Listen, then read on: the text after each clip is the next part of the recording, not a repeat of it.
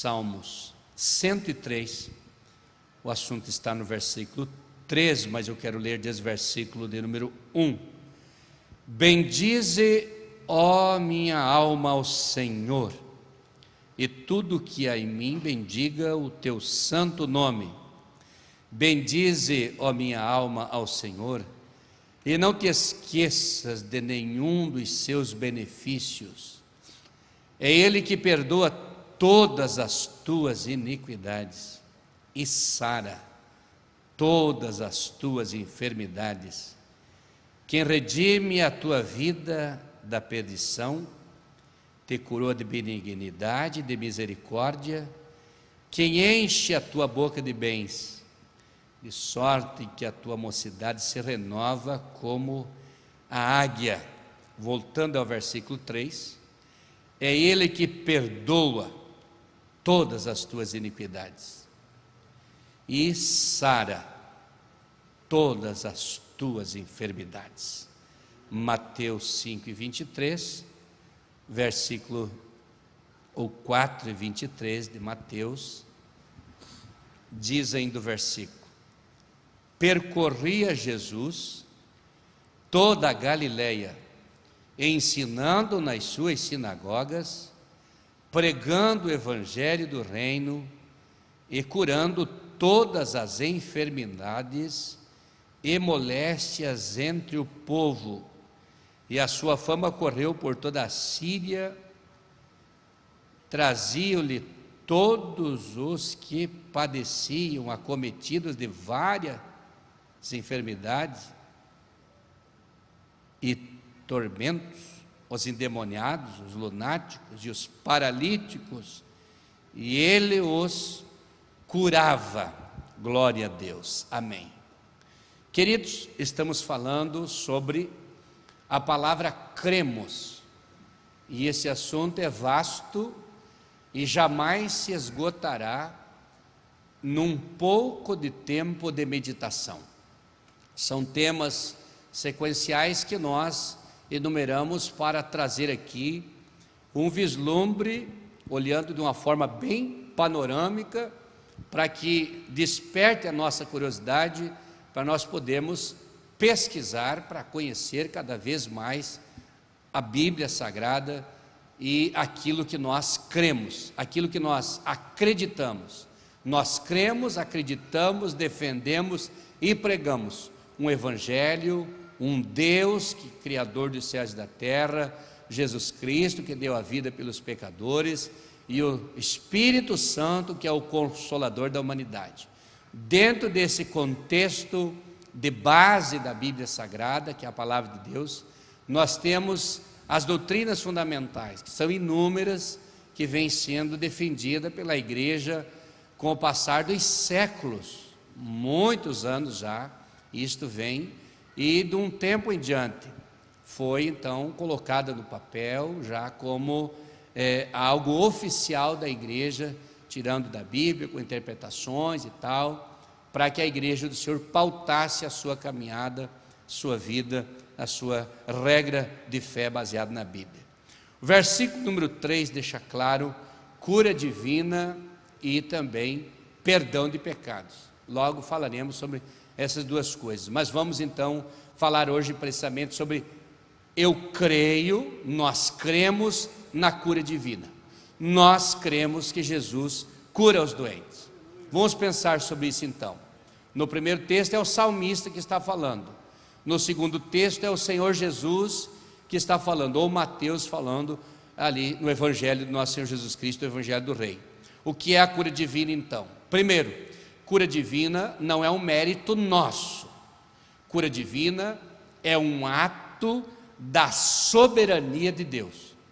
Eu e você não podemos esquecer desta verdade, que a cura divina é um ato da soberania de Deus. Não é o meu merecimento, não é o merecimento de ninguém, mas sim um ato soberano da parte de Deus.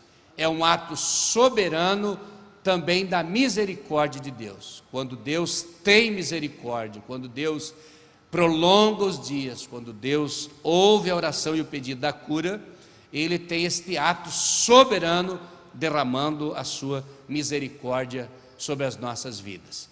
Glória a Deus. Qual é o propósito da cura divina? Primeiro, um ato soberano. Qual o propósito? O propósito da cura divina é restaurar a criatura de Deus, restaurar o ser humano. Deus fez o homem e a mulher, Deus fez nós, os seres humanos, e Ele tem a intenção de restaurar, Ele tem prazer de restaurar, Ele tem amor pelo ser humano. Então, o propósito da cura é a restauração da pessoa. Há um propósito de Deus com todos nós. Então, vamos em frente então. Deus, Ele fez o homem, olhando por um aspecto humano, é um ser humano, físico, mas olhando por um outro aspecto, Ele é um homem espiritual. Então, Deus fez o homem completo, que tem os dois lados, o lado físico e o lado espiritual. Essas duas partes, a material, palpável, e a imaterial, invisível. Este é o homem que Deus fez. E a vontade de Deus é curar tanto a alma quanto o espírito. Estou falando de um dos credos, que é uma base doutrinária que a igreja defende, prega e ensina. Quando eu falo que Deus está querendo então curar a alma e o corpo, daí eu volto para o Salmo 103 e o versículo número 3, onde nós lemos aqui com tanta clareza que o salmista disse: é Ele que perdoa todas as tuas iniquidades, e é Ele que sara todas as tuas enfermidades. Aqui está a restauração dupla. Deus quer perdoar os nossos pecados, curar o nosso interior, a nossa vida, nosso homem espiritual, e Deus quer curar o nosso homem humano, carnal, físico, material. Quando nós olhamos para o paralítico, aquele de Cafarnaum, não o de Betesda, de Cafarnaum, Jesus está ensinando e é trazido por 4, numa maca, numa espécie de camas, um paralítico por 4 homens.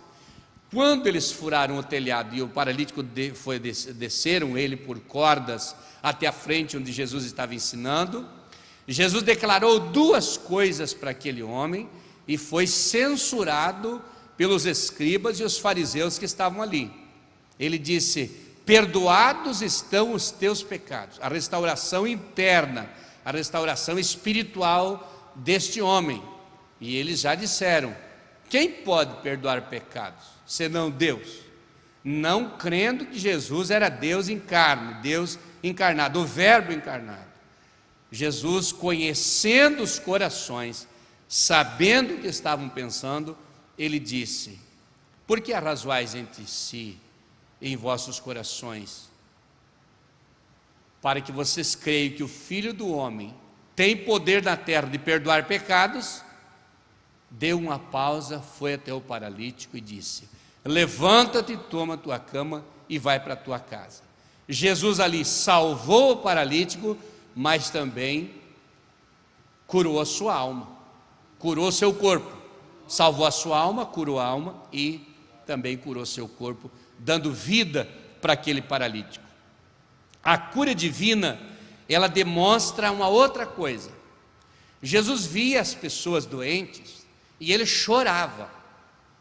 Jesus via as pessoas doentes, enfermas, e Ele ia até elas. E algumas das vezes nem pedido havia para ser curado. Mas era uma manifestação do amor, da glória, uma manifestação do amor divino. O amor era tão grande que lá na casa de Lázaro, quando disseram primeiro que Lázaro estava enfermo, ele estava num outro lugar com os discípulos, ele disse: eu irei e lhe darei saúde. Quando disseram que Lázaro morreu, Jesus chorou. Na Bíblia corrigida, é o versículo menor da Bíblia, é esse: Jesus chorou. Jesus chorou porque Ele se compadeceu pela morte de Lázaro. E Ele foi até a sepultura de Lázaro, em Betânia, e ressuscitou Lázaro. Então a cura divina é uma manifestação do amor de Deus pelos afligidos, pelos que sentem dores, pelos que sofrem com enfermidade, que sofrem com um problema. Onde está, pastor, a origem da doença? A origem da doença tem explicação a partir de Gênesis. Quando nós olhamos para Gênesis, nós vemos o pecado do homem. Daí nós vamos lá para o Novo Testamento, na carta de Romanos, capítulo 5, versículo 12, e o apóstolo São Paulo, ensinando a igreja em Roma, ele disse: por um homem entrou o pecado no mundo, e pelo pecado a morte, e assim a morte se estendeu a todos os homens. Por um homem, Adão, entrou o pecado do mundo, e pelo pecado a morte, e assim a morte se estendeu a todos os homens. Então, a origem da enfermidade está na desobediência do Adão, na desobediência do homem. A doença veio junto com o pecado. A doença surgiu pelo pecado. Porém, nem todas as doenças elas são decorrentes de pecado. É bom observar. A doença, a enfermidade tem origem no pecado, da desobediência do Adão e Eva, mas não quer dizer, era um assunto específico na origem, mas por esta origem todos nós estamos debaixo da velha natureza, do pecado, do limite de vida para a morte. Mas era um assunto específico e coletivo. Agora nós não podemos ver uma pessoa doente hoje, as fagulhas humanas, os farelinhos humanos, e pensar que pecou e Deus está castigando. É claro que nós vamos encontrar textos na Bíblia que justificam algumas situações que nós chamamos de correção divina, mas não é um contexto geral, são assuntos específicos e pontuados na Bíblia para ensinar o ser humano. Há doenças que são ação direta de Satanás, não é por causa de erros da pessoa, mas são ações de Satanás. Vamos citar um: Jó. Jó tinha culpa de ficar doente? Jó provocou a enfermidade? Jó foi negligente na sua vida para ser doente? Não, mas foi exatamente uma ação direta de Satanás contra o ser humano, porque Satanás tem ódio dos homens. A Bíblia diz em Daniel, no capítulo 5, eu não lembro agora de qual era o versículo, mas é no capítulo 5, que Satanás fez guerra, ou prometeu para Deus, de fazer guerra contra Deus e os seus filhos, contra o Deus dos céus e os seus servos na terra.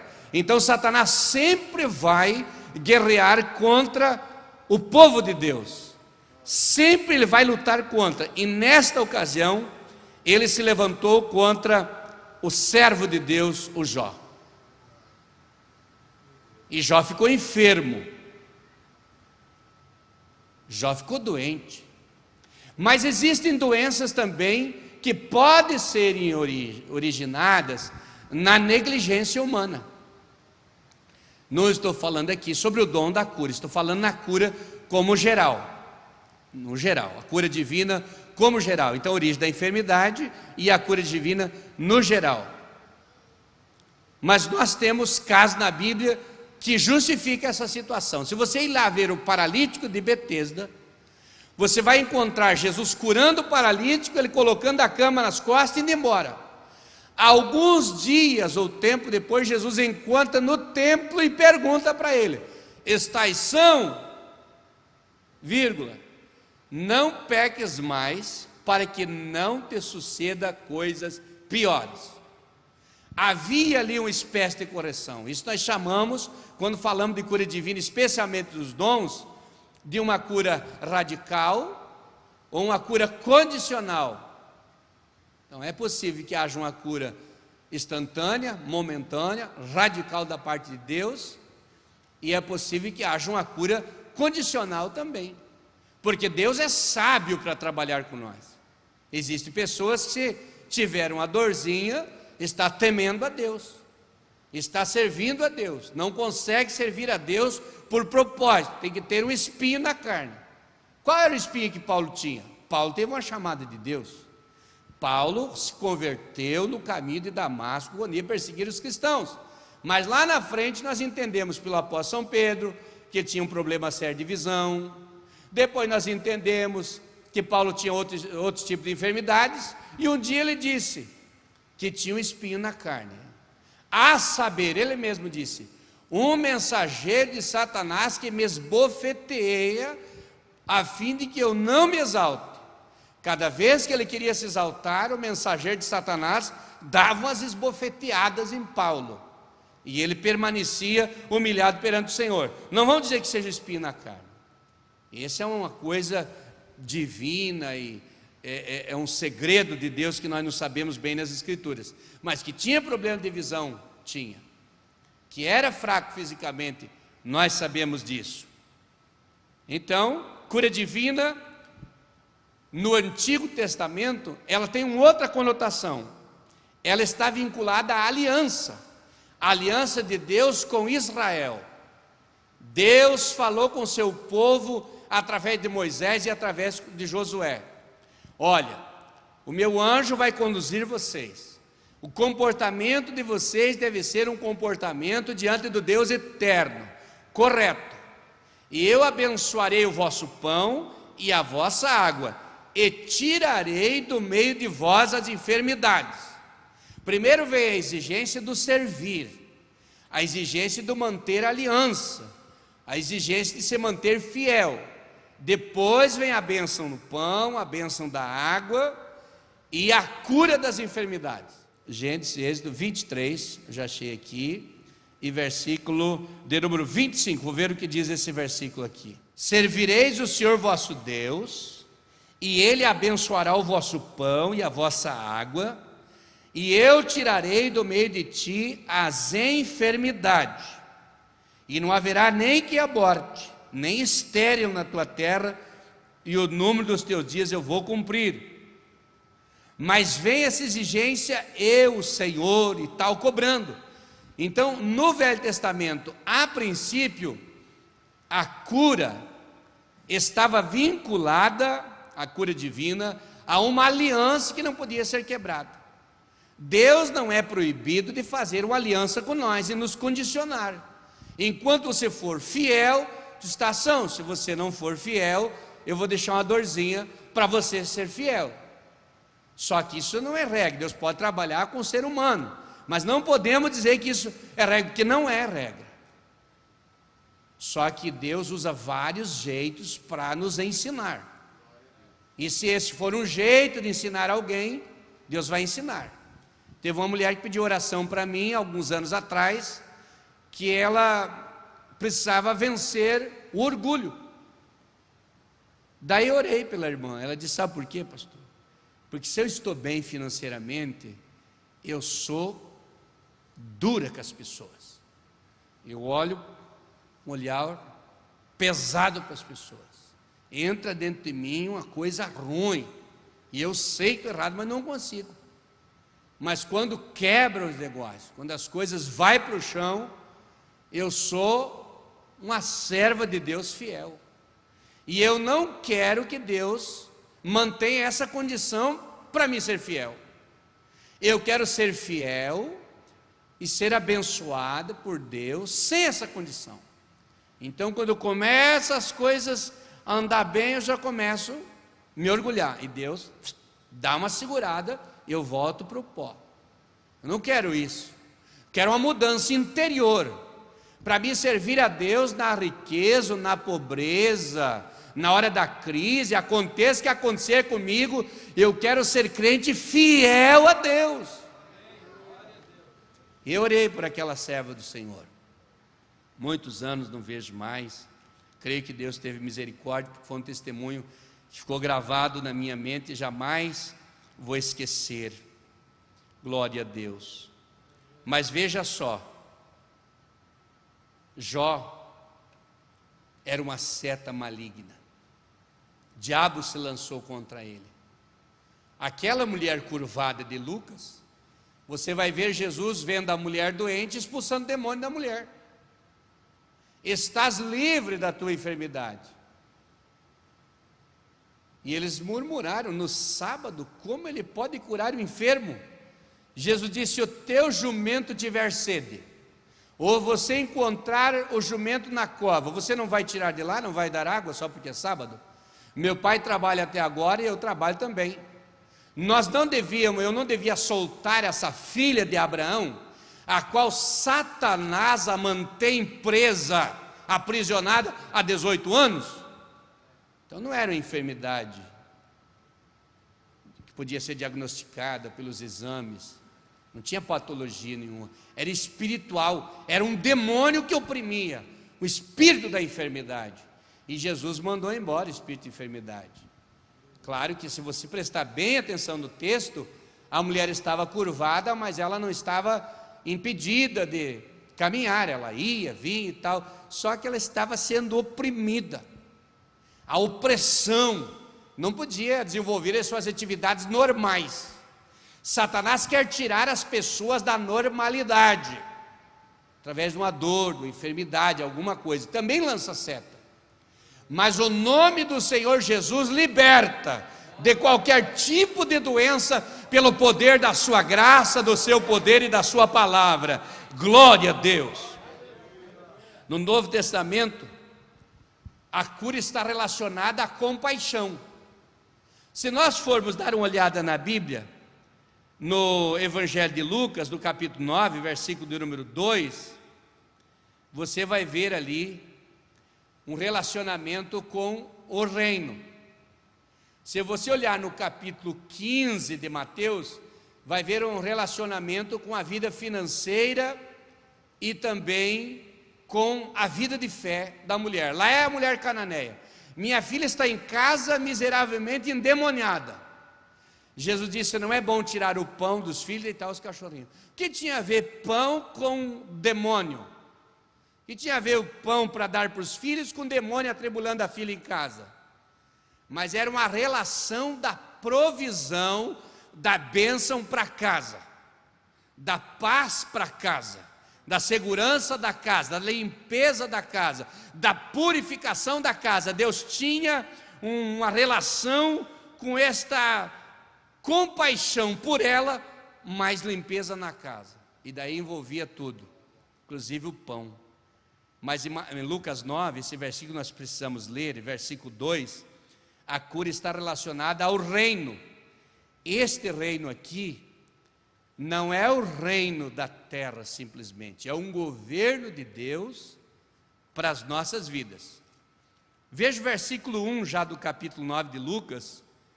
Já estou com a Bíblia aberta aqui, para os irmãos verem comigo, versículo 1.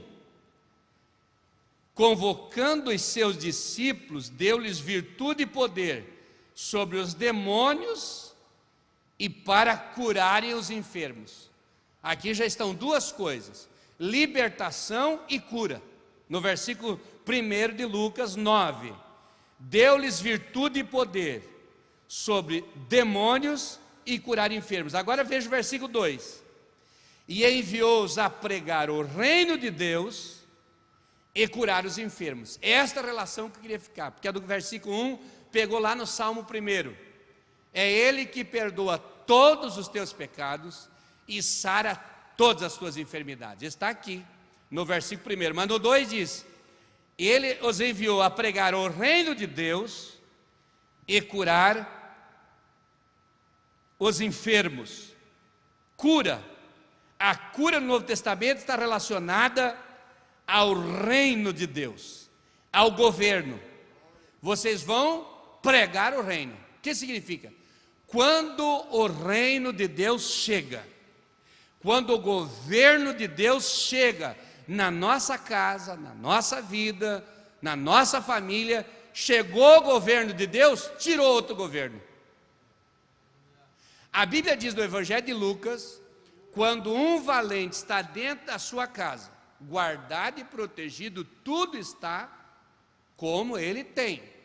Porém, Vindo um outro mais valente do que ele, entra na casa, tira as suas armas, subjuga esse valente e toma conta da casa. Outro mais valente. Esta é a situação humana. Satanás implanta um governo espiritual, de escravidão, de pecado, de coisa que não presta, de ira, de discórdia, de confusão, de bagunça, de crises e de miséria. Implanta e está seguro, porque tem o governo daquela família, daquela casa, daquela vida. Daí vem outro mais valente do que ele, Jesus, e entra dentro daquela casa, expulsa os demônios da miséria, da bagunça, da confusão, da crise econômica, manda embora e fica dono desta casa. Esta é a chegada do governo de Deus. Vão e preguem o reino de Deus e cure os enfermos.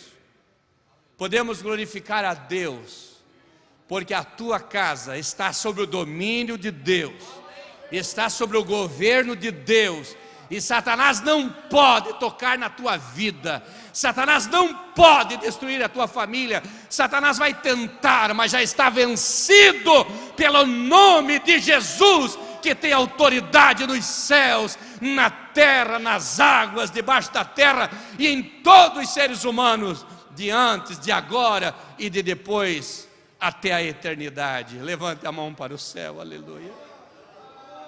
Meu Deus, meu Deus, meu Deus, meu Deus, meu Deus, meu Deus, meu Deus. Xarabalachurica, labachurica, andarabalachandarabalacha. Xarabachuria, balachara. Nós temos alguns hinos que nos veio ao coração. Um dos hinos nós cantamos aqui na terça-feira. Eu entrego tudo a ti. É eu me entregando ao governo. Entregue hoje. Parece que Deus está trabalhando para assumir o comando geral da nossa casa, para assumir o comando geral da nossa vida.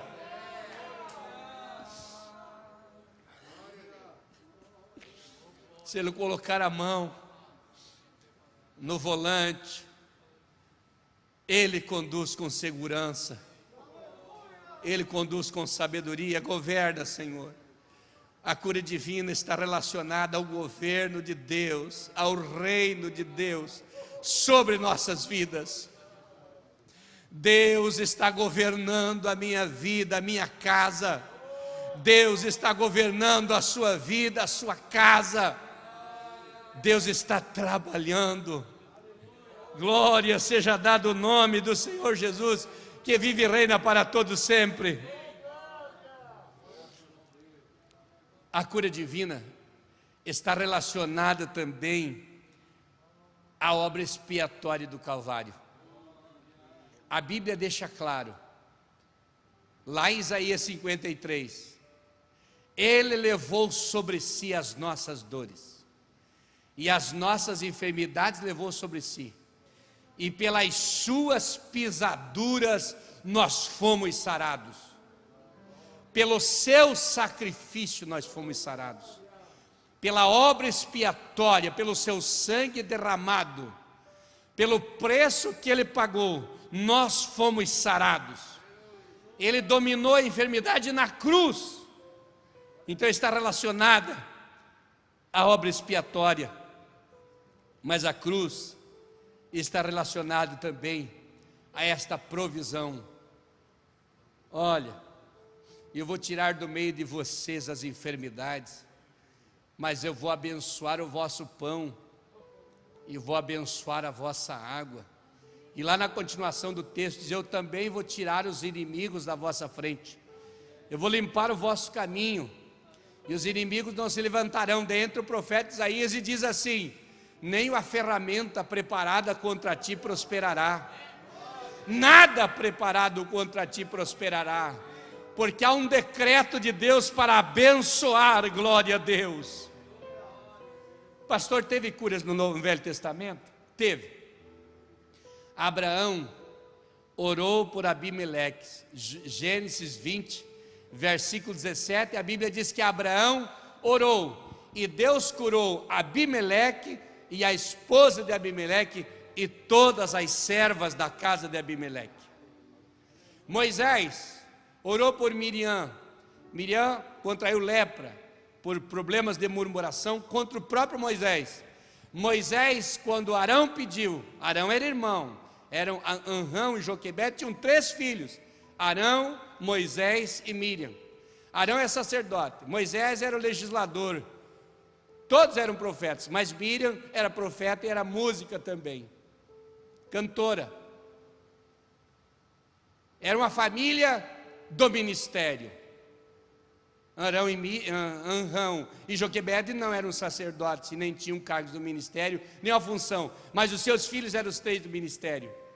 Quando Arão viu que Miriam estava enferma, pediu a oração do seu irmão Moisés. Moisés orou e Jesus curou Miriam. Ela cumpriu os 7 dias no arraial para o cumprimento da lei, mas estava curada pela oração do seu irmão Moisés. Mas tem outro caso do Velho Testamento.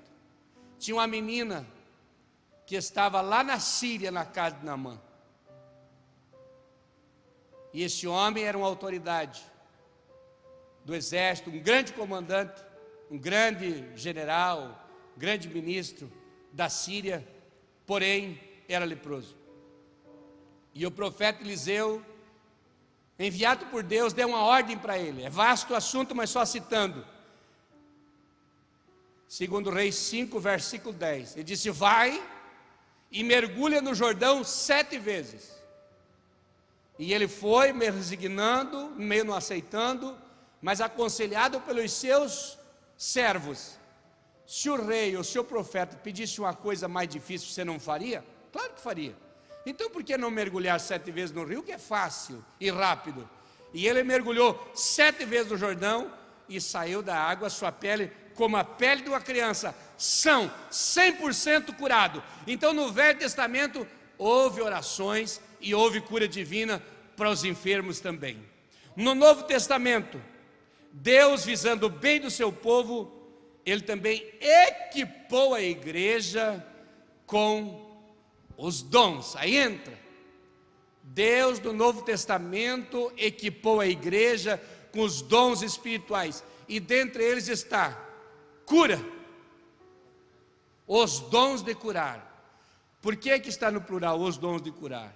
Porque é possível que alguém tenha o dom de orar para Jesus curar AIDS. E ele não tem o dom de curar gripe, outras doenças pulmonares, câncer, mas tem o dom para curar aquele tipo de enfermidade. Então são os dons de curar.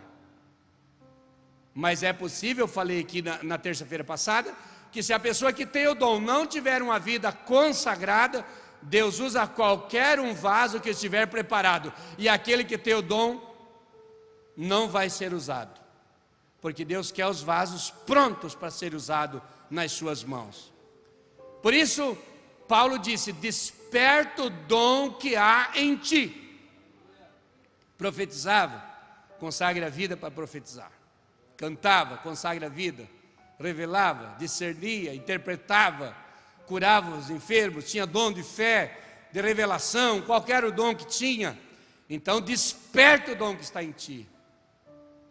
Deus usava, Deus quer continuar usando nas suas mãos. Deus muniu a sua igreja, armou a sua igreja com os dons para curar no Novo Testamento. Aí está no capítulo 12 e versículo 9 de primeira carta de Paulo aos Coríntios. Mas também em Tiago você vai ver o capítulo 5 e o versículo de número 13, mais ou menos por aí, 14, 15, a unção com óleo e a oração. Se estiver alguém contente, cante louvores. Se estiver alguém triste, ore. E se estiver alguém doente, chame os presbíteros da igreja e orem sobre ele, ungindo, e a oração, ungindo com óleo. e a oração da fé salvará o doente, e o Senhor Deus o levantará. Capítulo 5 de Tiago, versículo 14 e 15. E se houver cometido pecados, serão perdoados. Veja o que Paulo está falando aqui. Está relacionado à cura pelos dons e também pela oração da fé e a unção com óleo. Mas não é qualquer um que pode ficar ungindo, arrumando óleo para ungir o cigarro, ungir a cachaça, ungir o cachorro, ungir o gato de estimação, passarinho do viveiro. Não é isso. Vou ungir o banco que assenta, a chave da porta, a chave do carro. Não é essas coisas. A unção, quando ele falar sobre ela, eu vou falar sobre uma frase que, irmão, nunca mais vou esquecer. É ponto de contato, é um toque de óleo, mas não é derramar óleo. A madame está trabalhando, vem receber uma oração para voltar ao seu trabalho. Eu derramo óleo na cabeça, ela vai ter que perder o emprego, perder o serviço, para casa, se arrumar, tomar um banho para voltar para o culto. Não pode. A oração e a unção com óleo é um toque pequeno, com uma gotícula de óleo bem pequeno, óleo ungido, óleo de unção, consagrado para isso, na pontinha do dedo, sinalzinho na testa. Também há um lugar específico, porque você não unge a enfermidade, você unge o enfermo, porque a enfermidade, a maioria das vezes, é em local intocável. Se unge o enfermo, para acrescentar a fé, porque há um símbolo no óleo. É a única vez, tem 2 textos bíblicos que falam da unção com óleo no Novo Testamento. Paulo ensinando, ou Tiago ensinando a igreja, foi o primeiro pastor de Jerusalém, e os discípulos do capítulo 6 de Marcos e o versículo 13. É o único versículo dos evangelhos que fala que os discípulos estavam ungindo. Então, ore por enfermo, chama o presbítero da igreja, o pastor da igreja, o líder, para orar pelo enfermo e ungir com óleo. Unge com óleo, dá um toquezinho com óleo na testa, e unge ele e ora por ele em nome do Senhor Jesus, para ser perdoado os pecados, para ser curado da sua enfermidade. Por isso também sempre é trocado o óleozinho, para ser um óleozinho novinho, consagrado para isso. O óleozinho vai envelhecendo, e eu sempre falo para o presbitério da igreja, tem que ter cuidado com isso. O óleozinho deteriora, o óleozinho estraga. Precisa manter sempre novinho, e não é qualquer pessoa também. Tem gente vendendo garrafas, litros, baldes de óleo. Não é isso que a Bíblia está ensinando. A Bíblia está ensinando correto: orar e ungir com óleo em nome do Senhor Jesus. Mas daí veja, a oração da fé salvará o doente. Ele não está destacando o óleo, está destacando a oração. É só um ponto de contato para acrescentar a fé. Mas o que se destaca aqui, a oração da fé. Chama o presbítero. Vamos ler, irmãos, vamos ler, para ficar bem claro. Tiago, capítulo 5 de Tiago, e versículo 14 e 15. Vamos ler o 14 e o 15 aqui. Deixa eu ver aqui, Tiago 5, 14 e 15.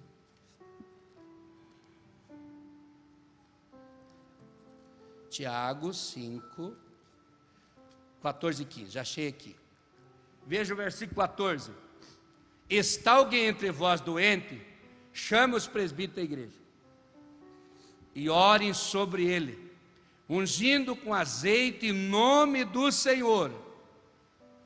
E a oração da fé salvará o doente, e o Senhor o levantará. E se houver cometido pecados, ser-lhe-ão perdoados. Aqui está o poder da oração. A unção é um símbolo, é uma forma simbólica, então, para acrescentar a nossa fé. A oração pelos doentes, ela não tem conflito com a medicina. Tem pessoas que partem para o extremo, condenando a medicina, condenando remédios. Não, é bíblico. Quem era o homem de mais confiança do apóstolo São Paulo? Lucas, o médico amado. Paulo tinha um médico para cuidar dele. Existem coisas que são para os homens e existem coisas que são para Deus. Quando você olha Isaías 38 e 21, você vai encontrar Ezequias doente para a morte. O profeta Isaías vem, profetiza para ele, Deus manda fazer uma pasta de figo e colocar sobre a chaga. Está escrito, Isaías 38 e 21. Vamos ler para acrescentar a fé dos irmãos? Isaías 38 e 21. Glória a Deus. Diz aqui, já achei aqui também. E dissera Isaías: tomem uma pasta de figo e põe como emplasto sobre a chaga e sarará. 38 e 21 de Isaías. Pega uma pasta de figo, faz o emplasto, põe na doença e ela vai embora. É bíblico isso. Agora no capítulo 9 de Mateus, versículo do número 12, Jesus está reconhecendo o valor dos médicos. Quando ele disse, os sãos não precisam de médicos, mas sim os que estão enfermos. Jesus está reconhecendo a medicina.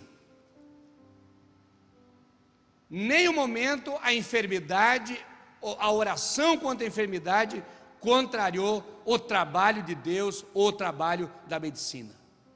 Existem coisas que é para Deus e existem coisas que é para a sabedoria da ciência humana. Por isso devemos prestar atenção. Quando vamos orar para uma pessoa, está com um problema na mente, nós chegamos dizendo que tem demônio. Está com depressão, nós dizemos que está endemoniado. Não é enfermidade. Ou atribuímos às vezes a uma ação que não é aquilo que realmente a gente está dizendo. Então precisa entender com sabedoria e prudência para nós não sair fora dos parâmetros bíblicos. Então, encerrando aqui para nós orarmos.